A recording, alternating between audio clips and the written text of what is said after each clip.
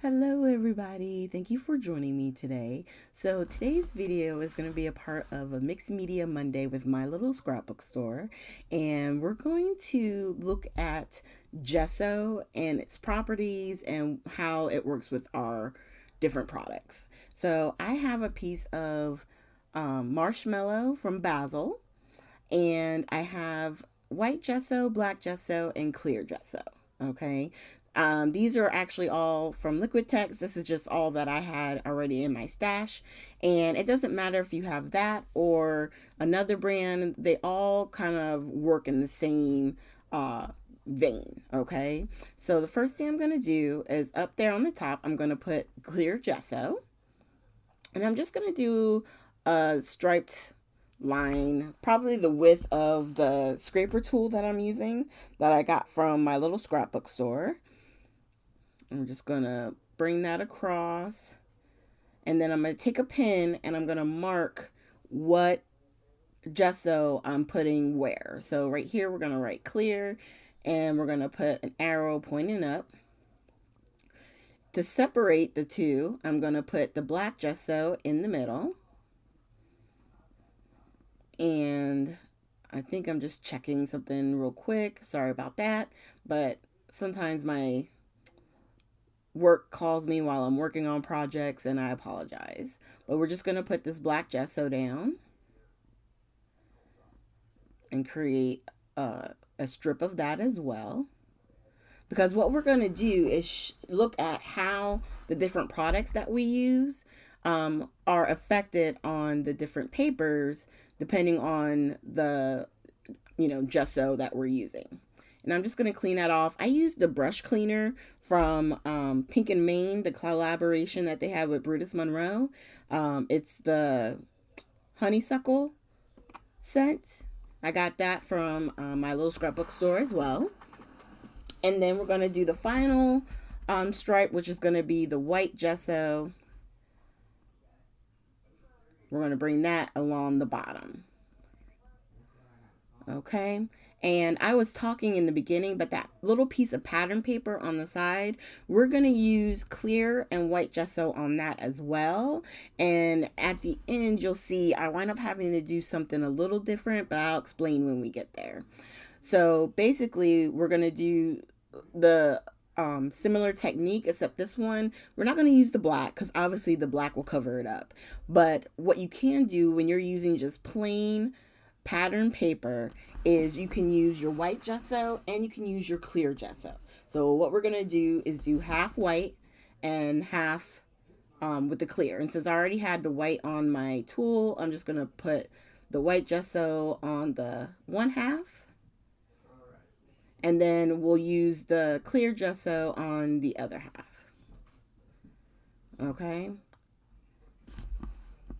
And we're just going to, here we go, put that clear gesso down. And what I like about using it with the pattern paper is that it gives it a little bit of protection. So instead of your liquids going right through to the paper and then causing it to either warp really bad or worse, peel, it gives a layer of protection, right? So what we're going to see is how the two different gessos affects the pattern of the paper coming out from the mixed media we're going to do on top of it. Okay, so here are our three items. I think I wind up moving it to the side and then we'll bring it out and start using some of our mediums. Because of course we had to let it dry first, right? So now this is dry. So you can see how that one side is kind of faded and the other one still looks like the regular pattern paper. And then you can see the details of the black, white, and the clear. Now the clear was up at the top, and even though it's clear, you can still notice a difference between the regular paper and where we put gesso. So for this one, I'm taking the distress oxide and I'm just pressing straight onto the paper. I'm going to grab a water brush pen, or a water brush, excuse me, and I'm just squeezing a little bit, trying to get that water to move around. And we're going to just color in each one. Now, normally the distress oxides do pick up better on black, They're sometimes vibrant in a very interesting way, but I didn't stamp that much on the black side, so it kind of started to fade in. But don't worry, we're going to come back to that, okay? But we're going to keep going. So we have that, and then I also have the saltwater taffy oxide spray. So I'm going to grab a scrap piece of paper here, and we're going to sort of create a barrier because I don't want it to go all over the place, but I want it to have an example. And then spray on the white. And then in the next area, we're going to grab some Vicky Bouton crayons. And we're just going to kind of scribble along. And what I'm probably going to do is use half of it with the water brush, and the other half I'm going to try and rub with my finger. Okay, the rubbing is probably better to do it on just the regular like foundations paper, but I do like using it with the brush. I think it blends really well. But the smudging it with your finger to try to get like some blending, it's not the greatest. But it all depends on what kind of look you're going for. And this really is a good way to test the different products that you have. You know what I mean? How will you know, ooh, I got some of the black gesso. Did you see that? But just blend it out. It'll be okay. But it's a good way to see how your products are going to work with the different mediums that you may have, right? So already I know the sprays on the black, love it. Nice and bright, right? Well, now we're going to grab this one. This is by Prima. It is their metallic accents. It's a watercolor palette, and I've never used this color. I don't think I've used it, but I just thought it would be really cool to see how it works with the clear, and then look at that shine on the black. I mean, yes, please. I love the shimmer of these paints. I haven't pulled it out in a long time, so playing with it on this, it was like, oh yeah, now I remember why I like these. Okay, and then I was sitting here and I was like, you know what? I got a little Catherine Pooler right here. This is a die. Let me show you guys what that looks like. I just squeezed the lid so that way I get a little bit of ink on the top. And then we're just going to kind of swoosh it along the three areas, excuse me, so you can see how it works or doesn't work on the darker gesso.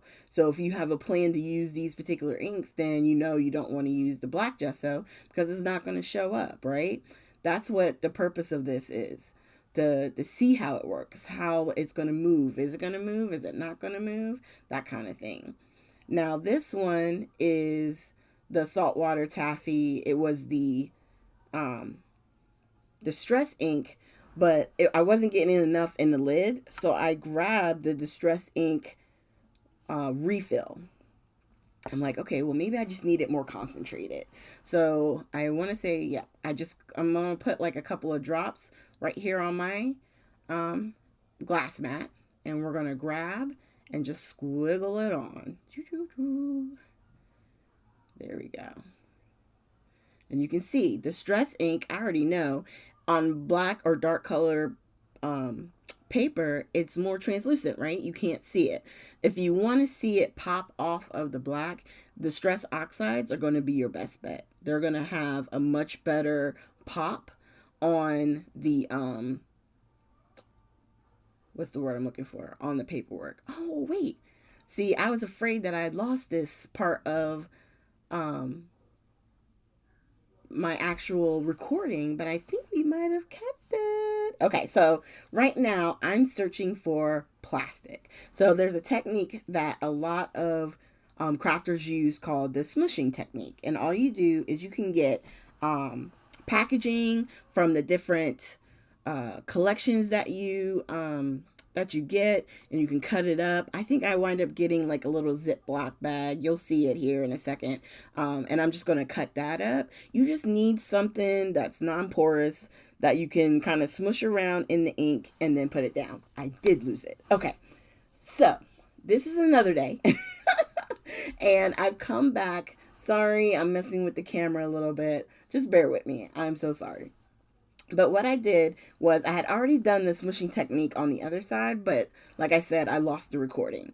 So I redid the same technique, clear on one side, white gesso on the other, but this time I'm pulling out Villainous Potion, okay? And this is the Distress Oxide Spray, and I'm going to grab that same plastic. So it's going to be a very, very similar technique. I'm just cutting a bigger piece of the plastic this time.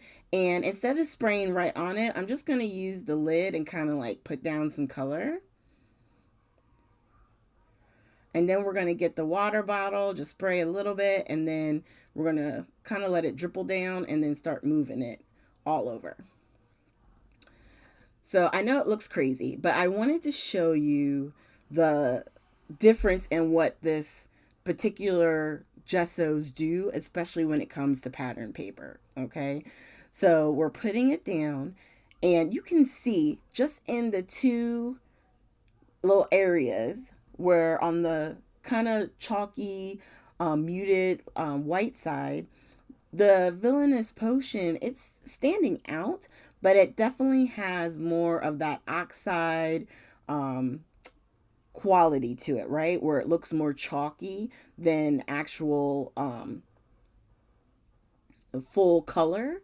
Whereas where the clear gesso was, you get that pink vibrant paper still peeking out, and you got now hints of that wonderful purple, just giving it an interesting textured background.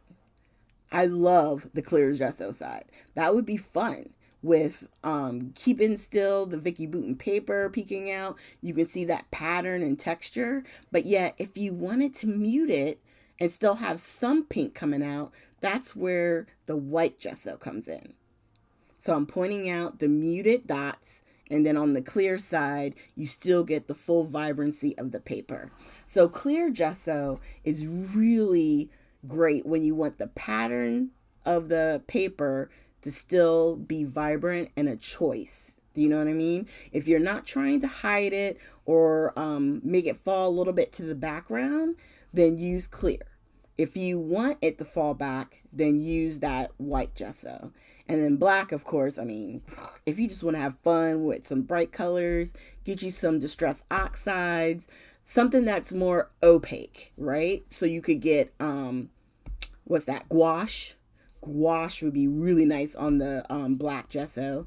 And, you know, it'll be very bright and different, you know. So thank you guys so much for joining me for this Mixed Media Monday. There'll be links to everything down below. Check out my little scrapbook store, and thank you guys so much for joining me, and I hope you have a great week.